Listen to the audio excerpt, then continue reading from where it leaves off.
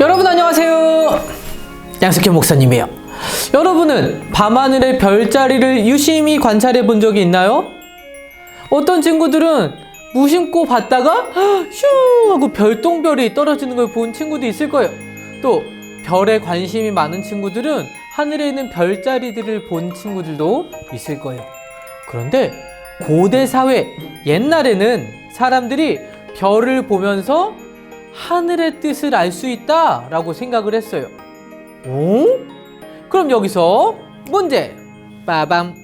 여러분, 하늘을 만드시고 별을 만드신 그 하나님은 별을 통해서, 별자리를 통해서 하나님의 뜻을 우리에게 알려주실 수 있다, 없다? 있다는 O, 없다는 X. 하나, 둘, 셋! O를 한 친구도 있고 X를 한 친구도 있군요. 정답은 기도하고 알려드리도록 하겠습니다. 기도할게요. 하나님 감사합니다. 우리를 사랑하시는 하나님, 우리와 함께 하시는 하나님, 우리에게 하나님을 알려주시고 보여주시기를 기뻐하시는 하나님 감사합니다. 오늘도 하나님 말씀 앞에 섭니다. 예수님이 오실 때 또 하나님께서 뜻을 보이셨던 것처럼 우리에게도 하나님이 기뻐하시는 뜻이 무엇인지 보여주시고 알려주셔서 그 뜻 따라서 행동하는 우리의 삶이 되도록 함께 해주세요. 예수님의 이름으로 기도합니다. 아멘.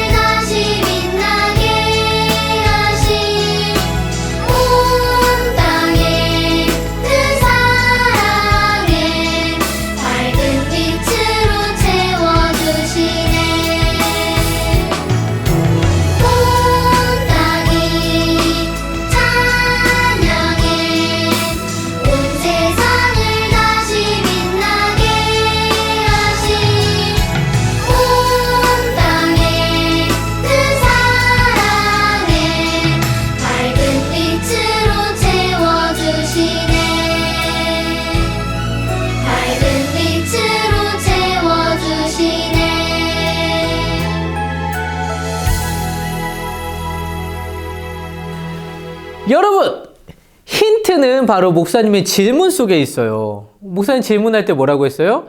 하늘과 별을 만드신 하나님이라고 말했죠. 그러면 당연히 하나님이 만드신 별을 통해서 하나님의 뜻을 우리에게 보여주실 수 있지요. 그게 정답이에요. 있다가 정답이에요. 항상 그렇게 하시지 않을 수 있어요. 하지만 하나님은 그렇게 하실 수 있는 분이세요. 실제로 말씀에 그렇게 하나님께서 뜻을 보이신 경우가 나옵니다. 오늘 말씀에도 나오죠. 항상 하늘에 있는 별을 관찰하고 하나님의 뜻, 하늘의 뜻을 관찰하던 동방의 박사들이 있었는데 어느 날 아주 신기하고 커다랗고 밝게 빛나는 별을 보았어요. 저 별은 어떻게 저렇게 특별한 별이 나올 수가 있지? 아마도 유대인의 약속된 왕이 오시려나 봅니다. 아, 그렇군. 그렇다면 우리 그 유대인의 왕을 만나러 가봅시다. 저 별을 따라가면 틀림없이 그 왕을 만나실 수 있을 거예요. 그러면 우리 선물도 준비해 갑시다. 뭐가 있지? 가장 좋은 것들로 준비해 갑시다. 왕을 만나야 하잖아요. 동방의 박사들은 별을 보고 유대인의 왕이 지금 이 땅에 오셨구나라는 것을 발견했어요. 왜냐하면 그들은 항상 별자리를 바라봤고 그것의 특별한 것들을 바라보았지만 이렇게 특별한 별은 본 적이 없었기 때문이에요. 그리고 이제 그 별을 따라 하나님께서 약속하신 그 왕을 만나러 가기 시작했어요. 그런데 여러분, 우리는 그 왕이 누구신지 알고 있죠? 그 왕은 바로 예수님. 맞아요. 우리 어제 바로 25일 성탄절 축하 예배를 드렸잖아요. 바로 예수님께서 이 땅에 오신 그것을 동방의 박사들도 하늘의 별을 통해서 눈치챘던 거예요. 이 땅에 오신 그 왕은 바로 누구? 하나님의 아들이신 하나님이신 예수님이세요. 죄가 하나도 없으신 그분이 왜 이 땅에 오셔야만 했나요? 하나님이 우리를 사랑하신다는 것을 보여주기 위해. 하나님의 말씀 요한복음 3장 16절 안 봐도 알죠? 시작. 하나님이 세상을 이처럼 사랑하사 독생자를 주셨으니 이는 그를 믿는 자마다 멸망치 않고 영생을 얻게 하려 하심이라. 아멘. 그 하나님께서 우리를 사랑하시는 것을 이 예수님을 통해서 우리에게 보여주신 거죠. 그리고 동방의 박사들도 그 하나님께서 약속하신 그 예수님이 오셨다는 것을 별자리를 통해서 알 수 있었어요. 자, 이제 박사들은 이 별을 따라 갔어요. 별은 박사들의 길을 인도해 주었어요. 이 별자리는 예루살렘 쪽으로 향하고 있었어요. 이 박사들은 예루살렘에 들어갔어요. 그리고 사람들에게 외쳤어요. 유대인의 왕이 태어났다는데 어디입니까? 도대체 어디서 유대인의 왕이 태어나셨습니까? 그런데 여러분, 예루살렘에 유대인의 왕이 태어났다라고 알고 동방 박사들은 왔는데 그곳에 있는 사람들은 왕이 태어난 거 알았어요? 몰랐어요? 모르고 있었어요. 아무도 이 동방 박사들이 무슨 말을 하는지 알지 못했어요.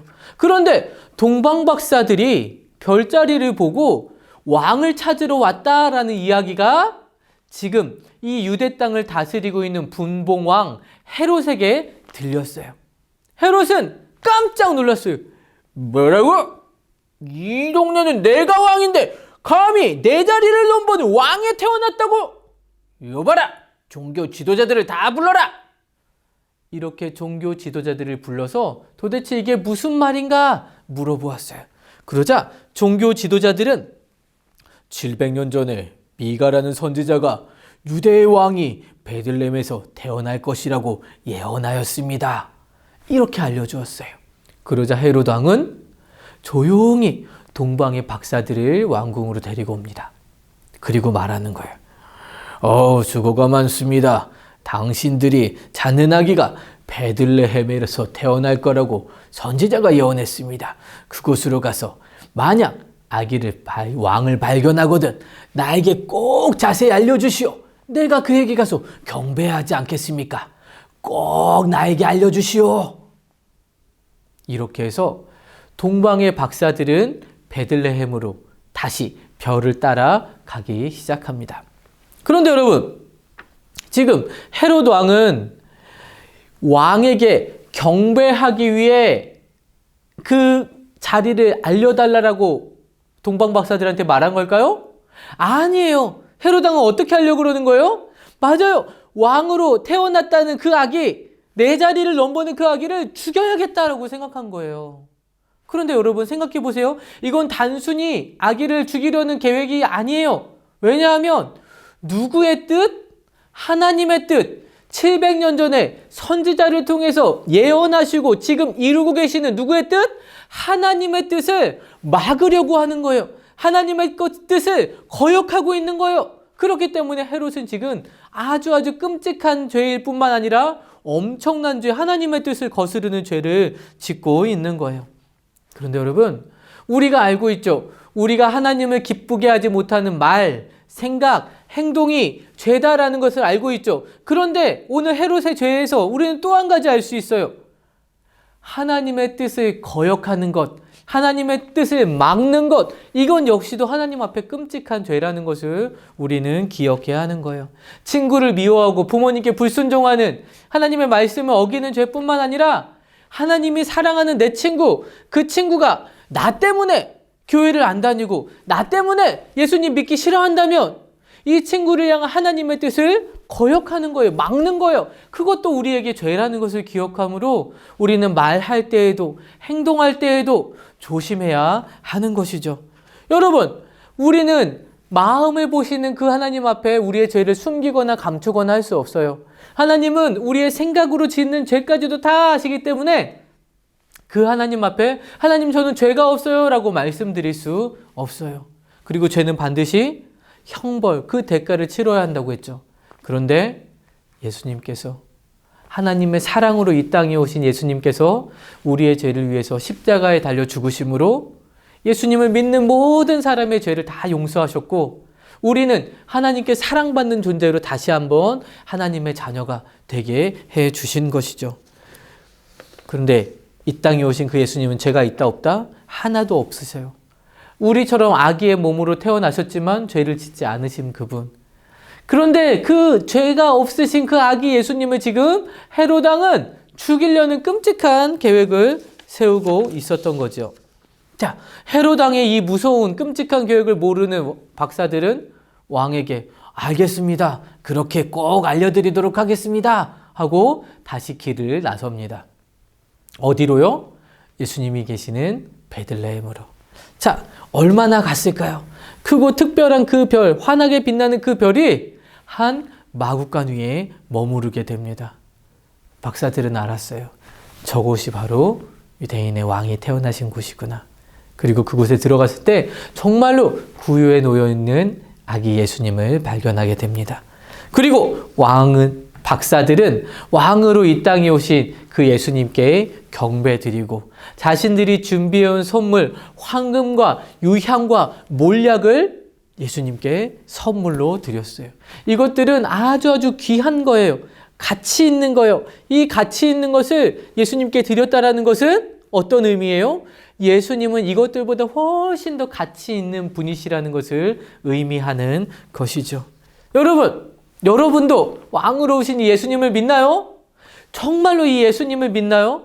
그렇다면 여러분에게 가치 있는 여러분의 그것을 예수님께 드릴 수 있어요. 그게 뭘까요? 우리 주머니에 있는 돈, 우리 저금 통장에 있는 돈, 그런 거 아니에요. 어떤 거? 우리 마음의 왕좌, 우리 마음의 주인의 자리를 예수님께 드리는 거예요.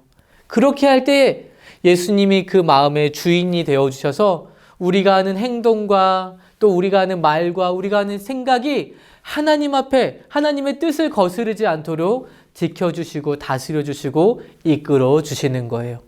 선한 길로, 최고 좋은 길로. 그렇기 때문에 우리는 날마다 우리의 삶을, 우리 마음을 주님께 드리는 것이 필요합니다. 그런데 여러분, 우리가 하나님께 영광을 돌려요 라고 말할 때 우리가 무언가를 잘해서 상을 받고 우리 마치 가요대상 이런 거 할 때 보면 이 영광을 하나님께 드립니다. 이 상을 주신 하나님 감사합니다. 이렇게 하는 거. 이런 거만 하나님께서 영광 받으시는 건가요? 아니에요. 우리가 잘해서 칭찬받고 우리가 높은 점수를 받고 좋은 대학에 가고 훌륭한 사람이 되는 것, 이것만 하나님이 영광 받으시는 길인가요? 그렇지 않아요. 우리의 삶의 어떤 모습, 어떤 행동을 통해서도 하나님 영광 받으실 수 있는데 그것은 바로 우리가 찬양 드릴 때뿐만 아니라 우리가 예배 드릴 때뿐만 아니라 우리가 상을 받고 칭찬받고 하나님 우리가 우뚝 섰을 때뿐만 아니라 하나님의 뜻이기 때문에 친구를 용서하고 하나님의 뜻이기 때문에 화를 내지 않고 참고 하나님의 뜻이기 때문에 욕심 부리지 않고 나누는 것, 이런 행동 하나하나, 작은 행동 하나하나를 통해서 하나님은 영광 받으시는 거예요. 왜? 그 행동이 하나님 때문에 바꿔진 아름다운 행동이기 때문에, 하나님이 주인 되셔야만 이루어지는 행동이기 때문에 우리의 아름다운 행동과 말을 통해서 하나님은 영광 받으시는 거예요. 그것이 아무리 사소한 것일지라도 우리가 거짓말하고 싶은 욕심을 내려놓고 정직하게 말하는 것, 그것을 통해서도 하나님은 영광 받으세요. 알겠죠? 너무너무 쉬워요. 어렵지만 쉬워요.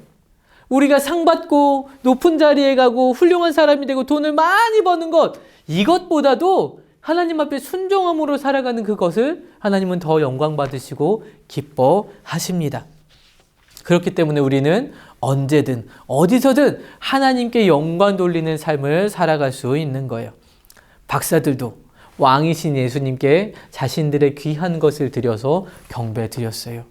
그런데 꿈에 하나님께서 박사들에게 헤롯 왕의 악한 계획을 알려주셨어요.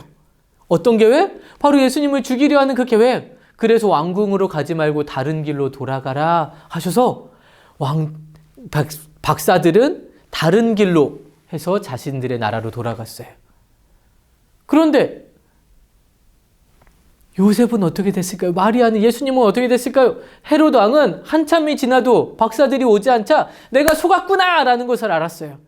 그래서 거기에 있는 베들레헴에 태어난 2살 아래의 모든 아기들을 다 죽여라! 명령을 내렸어요. 그런데 여러분, 동방 박사에게 꿈에서 말씀하신 그 하나님께서 동일하게 요셉에게도 말씀해 주셨어요. 헤롯 왕이 악한 계획을 세우고 예수님을 죽이려 한다는 거 알려주셔서 마리아와 요셉 그리고 예수님은 헤롯 왕이 아기들을 죽이기 전에 먼저 애굽으로 떠났어요. 그래서 헤롯 왕의 악한 계획은 이루어지지 않게 되었죠. 하나님이 하나님의 뜻을 이루기 위해 일하고 계셨던 거예요.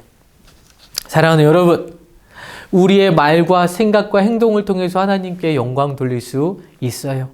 우리 마음의 주인의 자리에 하나님을 올려드리기만 하면 됩니다. 이 시간 우리 한번 눈을 감아볼까요? 아직도 예수님을 내 마음에 모시지 못한 친구들이 있다면 이 시간 우리의 삶의 왕으로 오시고 우리의 죄를 용서해 주시고 예수님을 믿는 모든 자들의 죄를 용서해 주시고 하나님 자녀 삼아 주시는 그 예수님을 꼭 믿으세요. 그리고 이미 내 마음속에 예수님이 있어야 하는 친구는 여러분의 삶의 모든 행동들이 하나님 보시기에 아름다운 행동이 될 수 있도록 여러분의 마음의 중심을 예수님께 드리세요. 그렇게 할 때 예수님 우리 마음의 주인 되어주시고 가장 아름다운 우리의 삶의 길로 인도해 주실 줄 믿습니다. 목사님이 기도할게요. 하나님 감사합니다. 이 땅의 왕으로 오신 그 예수님께 우리 마음의 중심을, 우리 마음의 왕의 자리를 올려드립니다. 예수님, 내 마음의 주인 되어주시고 왕이 되어주셔서 다스려 주세요. 내가 하는 말과 생각과 행동이 하나님의 뜻을 거스르고 어긋나는 것이 아니라 하나님의 뜻에 순종하는 말과 생각과 행동이 되어서 내 작은 선택과 행동을 통해 하나님이 영광 받으시는 우리의 모습이 되도록 다스려 주세요. 이 한 해도 2021년도 하나님의 은혜 가운데 잘 보내게 해주시니 감사합니다. 이제 잘 마무리하고 2022년 기쁨과 감사로 시작하는 한 해가 될 수 있도록 주님 우리와 함께 해주세요. 예수님의 이름으로 기도합니다. 아멘. 자, 여러분 2021년 어떤 한 해로 보냈나요? 어떤 친구들은 좀 힘든 시간을 보낸 친구도 있고 어떤 친구들은 그래도 기쁘고 즐거운 일이 많은 친구들도 있었을 거예요. 그래도 코로나 때문에 우리 좀 어려웠잖아요. 2022년도는 더 기쁘고 좋은 일만 가득한 해가 되기를 목사님이 함께 기도하겠습니다.